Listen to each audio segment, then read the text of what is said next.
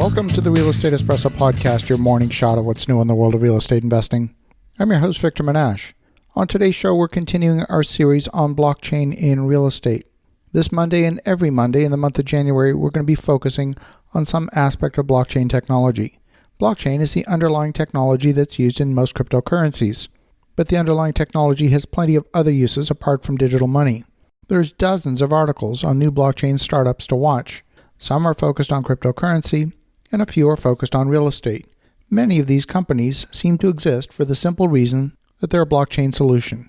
But when it comes to looking at any company, I don't care what the technology is, I always ask the same three questions.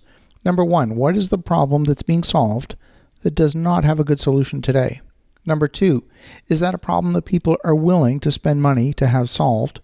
And number three, are they willing to buy the solution from you? On today's show, we're going to take a look at several of the real estate blockchain startups through the lens of these three questions. The first company we're going to look at is called Safewire. Safewire exists to ensure and ensure every real estate transaction is free from wire fraud.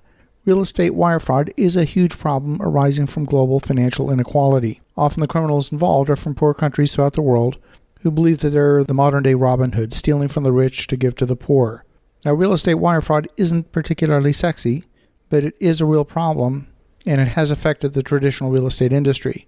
Over the last several years, there have been several $1 billion in losses specific to real estate wire fraud, and often those funds are irrecoverable. So this particular startup looks like it's solving a very real problem. It's one that has got some monetary value, and if they can establish themselves as the go-to brand in the industry, they have a shot at solving the problem for real and gaining some market dominance. But many of the startups are creating a solution for fractional ownership of real estate by tokenizing the ownership.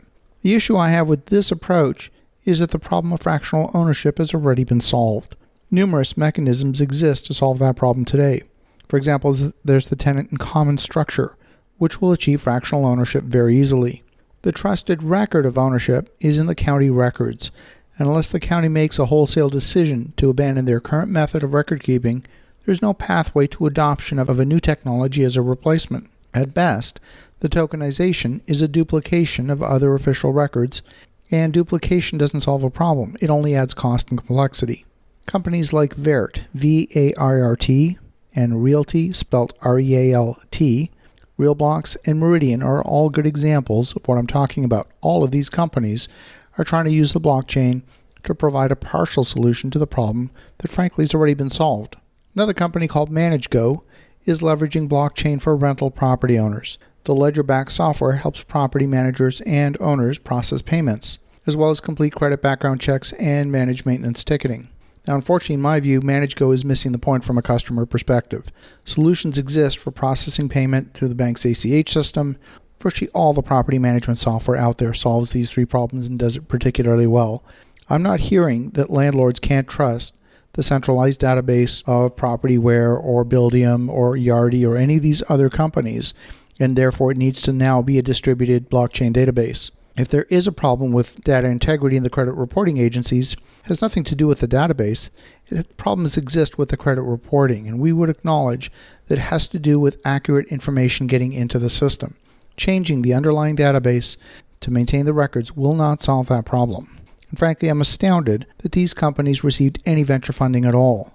Most venture capitalists that I know personally are sophisticated enough to ask these exact same basic questions. In my experience in business, it's not enough for a product to have a new technology under the covers if it doesn't offer enough benefits to the end user for them to overcome the hurdles of switching from their existing solution.